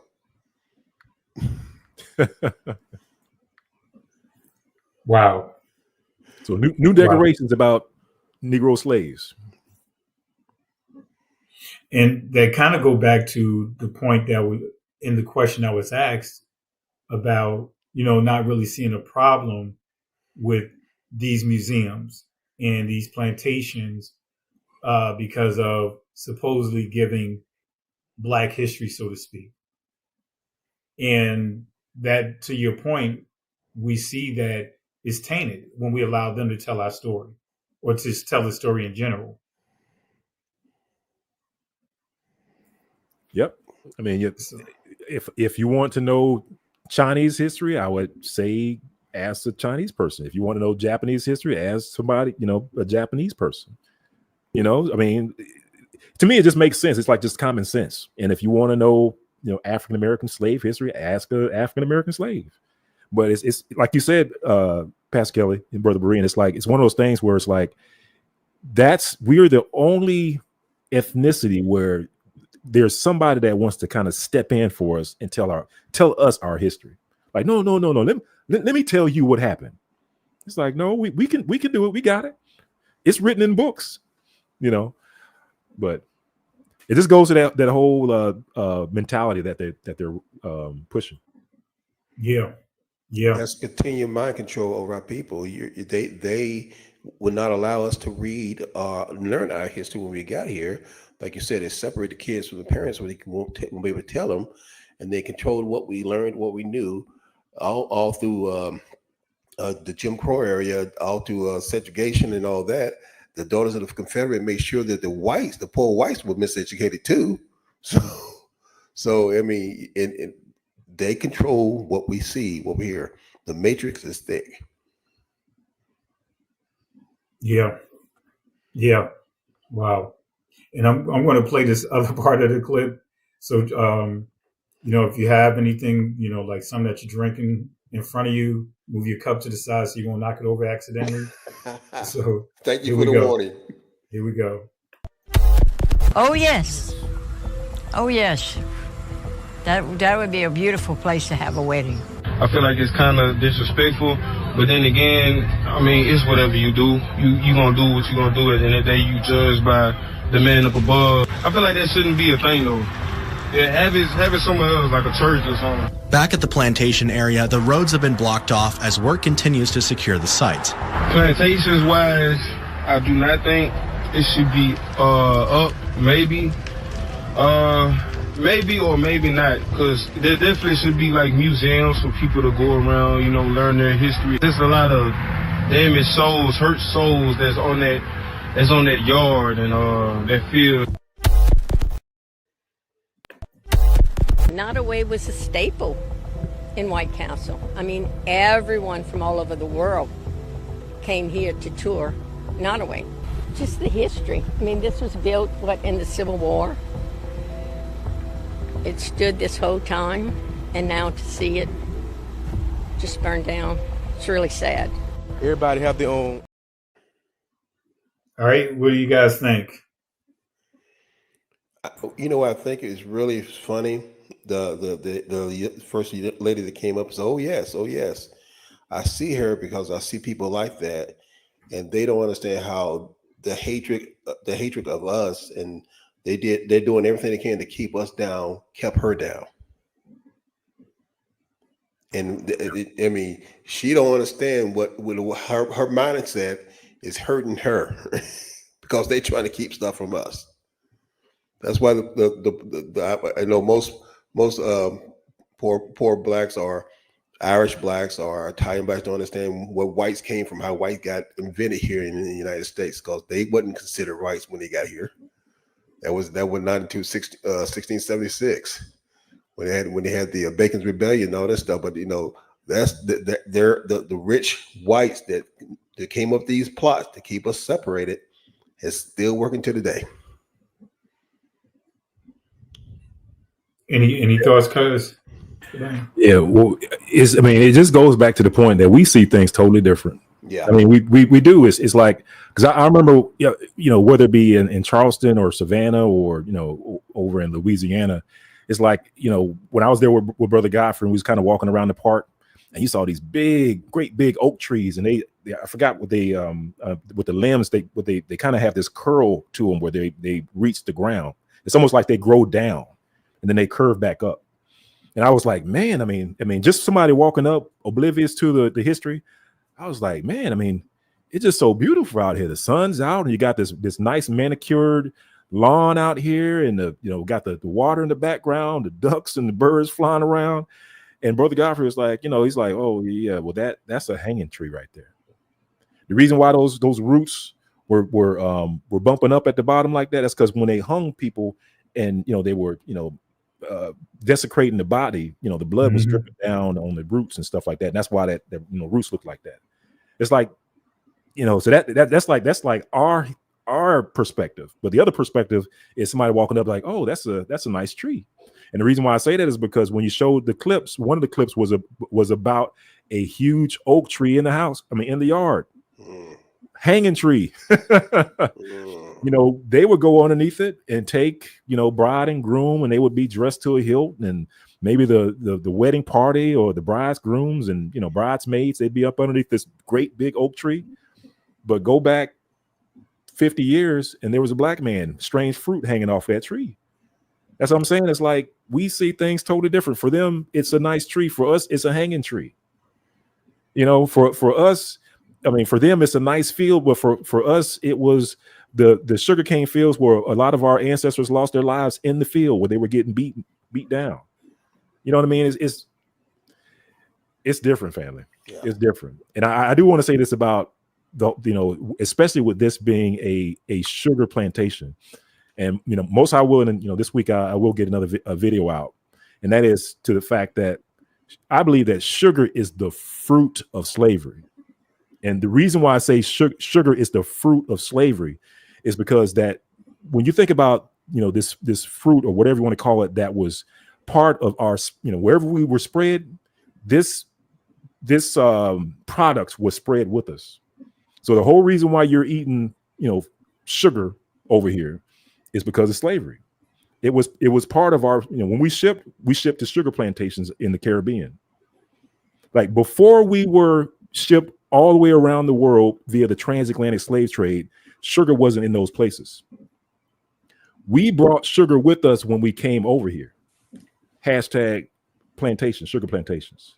So that's why I say sugar is the fruit of slavery. More to come. Yeah. And matter of fact, being that, on that note, the source that I have here, just giving even some additional information on those sugar plantations, and also to kind of knock down some of the teachings about the Irish, what I mean, being slaves. But anyway, this source here, STMU history media, but this gives some information about Barbados as far as the slave plantation in terms of the sugar plantation, but it says here the Englishmen who wanted to engage in this business, and this dealing with sugarcane, had to decide to send to Barbados to grow, harvest, and process the sugarcane into refined sugar. This was not an easy task, but these Englishmen did have a number of Irish prisoners serving various sentences. They decided on a way for these Irish prisoners to work off their sentences on Barbados sugar plantations.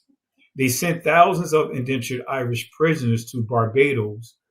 But here's the kicker. Between 1627 and 1807, more than 400,000 African, mainly originating from West Africa, had been brought to Barbados as slaves to work on sugar plantations. The English planters would request and receive more slaves whenever they believed they needed more for the plantation. The Africans were viewed as nothing more than interchangeable machine parts in the process of sugar production. The treatment experienced by the Africans was among the most inhumane in human history. Starting in 1640, Africans were thought of as inferior to Englishmen, and Africans were not thought to have the capacity to be intelligent, in consideration of how dark skin color was defined as life of lesser value than light skin color. Legal codes naturally evolved out of these attitudes. And so, in a nutshell, I didn't put the other source here. I thought I had it here. But those Irish people, they would more so be the ones like how you remember what's that movie 12 Years Slave. You'll see that there was, for the most part, you'll see an overseer or someone managing. That's the position that they were in. Yeah. They weren't working, rubbing elbows with our ancestors.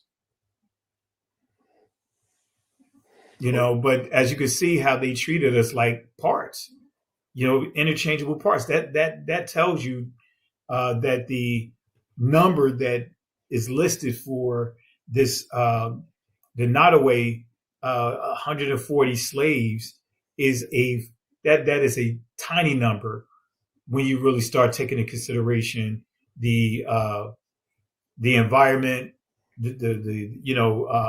of that time, especially when you're dealing with these type of plantations. Any thoughts, guys? And I know. Don't you think every time they give numbers when it comes to slavery or slave trade and how many came over, they always lowball it for when it comes to us? Oh, always.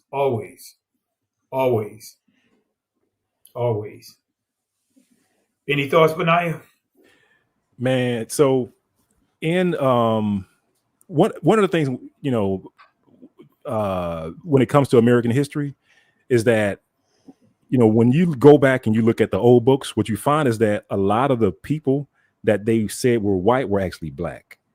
And the reason why I say that is because, like, especially like with things like the Irish, because like to your point, Pastor Kelly, you got Caucasian people saying that they're Irish and stuff like that. But if you go back in history and you look at the I believe it was during like Cornwall, because there was this whole thing where the people in Ireland were basically deported. The Twas. They were kicked out, and they called the act of them like taking them and shipping them to the Caribbeans. They call it Barbados. Like, hey man, those people were Barbados. Like, and that's what happened to the Irish, the Black Irish. I mean, there's a book called, and I was trying to pull it up while you're talking, cuz it's called "Whence the Black Irish of Jamaica, 1932." If you get a chance, check out the book. It's called "Whence the Black Irish of Jamaica," because what people were finding out is like over in Jamaica, you got all these Jamaicans over there with Irish names, and the people in Jamaica are like, "No, we Irish. We came from Ireland." So the whole point. Kelly is a Irish name, but I'm not Irish. So it's like that family is like, oh, I mean, but the history of the Irish goes back to Israel. I mean, you know what I mean? It's like it's all connected to this dispersion and people moving in different areas and stuff like that. But it's just that in the I want to say in the 1600s, like around 1632. I have to, I don't have the information in front of me, family, so I'm going off the top of my head, but I believe it's like around 1632 when Cornwall basically Barbados all those Black Irish, and I have two references for that. One reference is, the books that talk, well, actually three things. One is the people, Black Jamaicans over there today that have Black Irish names, and they will tell you that they're Irish. Two, of course, their books, and then three, one of the things we looked at, shout out to Morey Yahusha. One of the things we looked at was ship manifests. So when they literally loaded them on ships and they were taking descriptions of them, they would take name, first name, last name, where they came from, Ireland, and they would also put in a description of how they look, brown, you would see brown, dark, black, brown, dark, black. And this was, this was like some of the references and resources we were gathering for a book, either a book or a movie. So just to show you that some of this stuff hasn't come out, but most high willing, it will eventually come out. But a lot of these folks early on were black, just like the $5 Indian, where all of a sudden we have, people of Caucasian persuasion being Irish, Caucasian persuasion being, some of these other ethnicities. That did happen later on. But initially, when you look at the manifest, these were black folks that came over. And this is why you have black Jamaicans over there with Irish names today. That will tell you that they're from Ireland. Yeah, I'm waiting for the comments on the tweet you just put up. Yeah, I put that up there because I did see a couple of videos where, and the sad thing, our people had, appeared to be someone Irish or whatever that had red hair, and saying that ginger, as they say here, saying ginger are black now. Ignorance. Yep. That the gingers are really black, and they're invited to the cookouts. The funniest thing I've seen on that one is the guy said, for those of you who watch Sinners, I didn't learn anything. You don't invite people in. Exactly. Exactly. Well, guys, I know it's getting kind of late. I know we've been going for hard to believe, it's been almost 2 hours. And I know it's a lot of information we could cover. And, we'll pick up this discussion because I do want to deal with another discussion. We could do it either Friday or Saturday night. And I'll share with you guys offline. But now you already know. You and I talked about it earlier with what I revealed to you. So we could probably have that discussion, if there's nothing breaking, prior to then. But really appreciate the input, the education. I'm sure everyone that's watching really got a lot out of it. And I'm going to ask those that are watching, I really want to, for you guys to hit that like button. Also, matter of fact, let me see. I didn't even know we had a super chat here. Let me just give a shout out here real quick. All right. Sean Williams, want to just say thank you for the super chat. And family, let's show some love to Sean Williams for the super chat. Really appreciate the love and support. Hallelujah. Just going to go ahead and get ready to close out and get your final thoughts. I'll start with you, Berean Scholar, and then Benaya, you can share your final thoughts followed up with him, and then we could wrap up. Thank you. I just think it's important that we all continue to keep asking and seeking and knocking in all these ways that people are telling history, that we can continue to tell our own history and know our own history, that we dive into the word and see what it actually says, not what they told us it said, so we can awaken our people, because it's up to us. We're the light. We're called to be the light. And we got a lot of people here that can help you. Those of you, I think you mentioned on your last live, Pastor Kelly, that and I do this all the time because this is the way I learn. Repetition. I will watch a video that I watched one time. I watch it 3 or 4 times until I get down and I'm gonna say, well, okay, he taught this, but what did I see out of this? So you got to learn how to learn. So thank you for even this topic we're talking about here. We got to open the eyes of our people. Our people don't understand why things are different because we've been so confused. So let's keep going on. Let's keep awakening our people, and let's keep doing what we need to do to the Most High come. Absolutely. But now you got the floor. As a matter of fact, I didn't do this in a while. Berean Scholar, Garbage Can Award. Garbage Can Award, Mr. Reynolds. I was looking at his history. He had a big history, a big part of bringing in a lot of people down in the South area from Louisiana and stuff. In fact, I was tracking a plantation that was in Natchez that he had a part of. So yeah, Mr. Reynolds, I think he has some part of my people. Okay, give him the garbage can.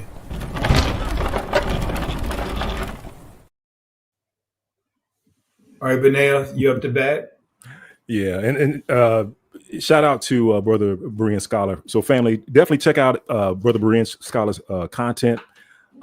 He's also on, like I said, Hebrew Connect TV. He's putting out awesome content. Yeah, I was because I kind of log in from time to time, try to log in at least once a day and just kind of look to see what's new. And I've saw your videos, my brother, and I was like, man, he's really doing this thing. So definitely check out his content. Family is outstanding content to learn. And yeah, I mean, just kind of land back on what my brother was saying as far as like, know your history, tell your own story. Again, shameless plug, but in part of knowing your history is, whether you're consuming it from, videos or books or things like that. We do also have a conference coming up in Savannah, and that is in June the 27th through the 29th. That's June the 27th through the 29th. That's the African Israelite Justice Foundation. It is a history. See, we're talking about history. So this is a history conference, right? We're partnering with Underground Tours of Savannah. And this with Sister Pat. Shout out to Sister Pat. And what Sister Pat was saying, the exact same thing that we were talking about, family, was they are trying to change the history in Savannah. They're trying to get, trying to take out all the slavery and all the hardships that our people went through, trying to wipe it under the rug, sweep it under the rug, and try to replace it with something benign, something that didn't hurt nobody, right? So praise be to the Most High that's allowing us to be able to have this conference in Savannah, where again it's going to be the 27th through the 29th. And what we're going to do, family, is it's going to be a Friday, Saturday, and Sunday. So on that Friday, we're going to have a tour, a walking tour, and basically that tour is going to follow the exact steps as our forefathers were on those slave ships, and they got off on the port in Savannah, and then they were marched or led to the auction block. So Sister Pat and her team, they're going to give an outstanding information on that, unadulterated history that you need to know. So that's on Friday. I think we're going to have that around 3 p.m. Then we're going to have a meet and greet at around 6 p.m. Light refreshments, food, meet your brothers and sisters, hug on each other, fellowship for a little bit. And then after that, on Shabbat day, most high willing, weather permitting, on Tybee Island, we're going to have an early morning Shabbat service. And we're going to try to solicit Pastor Kelly to put it down like he did in Charleston, South Carolina. If you didn't get a chance to check that one out, I mean, Pastor Kelly was on point. And hopefully we'll have a Shabbat service on the beach, blow the shofar, from the land of our captivity to our homeland across the waters, plan for that to be a powerful Shabbat day.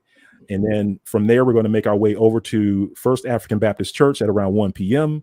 And then we're going to hang out with Pastor Derek, who's going to give us a rundown of the history of the First African Baptist Church, where the people of the church themselves self-identified as Israel, both the pastor and the people in the church. And this is the first, African church in the U.S. I know there's some debate about that, but this is the first. And then from there, we're going to go into a bus tour. It's a 2.5 to 3 hour bus tour, probably like around 3 p.m. Again, by the Underground Tours of Atlanta, Sister Pat's team, where they're going to take us all around Savannah. We're going to learn a whole lot of history, again, the history they're trying to sweep underneath the rug, and they're going to take care of us. And then after that, on Sunday, we're going to have that's the conference day. And then on conference day, we're going to have a music concert, Truth music concert, Hebrew artists. I believe we have five artists lined up so far. So it's going to be outstanding. We'll be praising the Most High, lifting up our hands to the we call the Shamayim, to the heavens, crying out from the lands of our captivity. And then from there, we're going to feed you. You're going to get some good food in you, and then we're going to get into some of the struggles and the things that we see on YouTube, the things that we're talking about today. We're going to talk about how to navigate it, what things we should do as a people to come together and combat that. So that's all. I know I said a whole lot, family, but that's all planned for June the 27th through the 29th. So if you haven't signed up, go and check out the website. It's IsraeliteJustice.org. That's IsraeliteJustice.org, and click on events at the top of the page. And then you'll see all the information about the tours on there, including hotels and stuff like that. So hope to see you there, family. Learn about history, burn, baby, burn when it comes to the plantation. But thanks again, Pastor Kelly. Thanks for putting this together, man. It's been a minute, so that's why I'm so talkative. Appreciate it. Appreciated you guys for. I know this was short notice. Thank you guys for bringing the heat in this discussion, and we're going to keep this momentum going. And I'll let you guys know what the next topic later on this week. I'll just give it a little indicator, little hint, DNA, and I'll just leave it at that. But now you know where I'm going at with it, and Marine Scholar I'll share with you. But really appreciate it, guys. In the words of Yahweh in Exodus chapter 14, verse 13 and 14, that he gave to Moses to give to the children of Israel, because they were panicking. They were all over the place. They were ready to go back to Egypt. Moses had to say to them, fear ye not, stand still, see the salvation of Yahweh. These Egyptians that you see here today, they will not have power over you ever again. The Most High will fight for you. But here's the kicker. We have to hold our peace. Can't go back. Can't stay here. Keep moving forward. Shalom. Listen, Genesis chapter 11, verse 10 explains the genealogy of Shem. Shem was a black man in Africa. If you repeat this back, Genesis 14, verse 13, Abraham steps on the scene. Being a descendant of Shem, which is a fact, means Abraham too was black. Abraham, born in the city of a black man, called Nimrod, grandson of Ham. Ham had 4 sons. One was named Canaan. Here, let me do some explaining. Abraham, Isaac was Jacob had 12 sons, for real, and these were the children of Israel. According to Genesis chapter 10, these were the children of Israel. According to Genesis chapter 10, these were the children of Israel.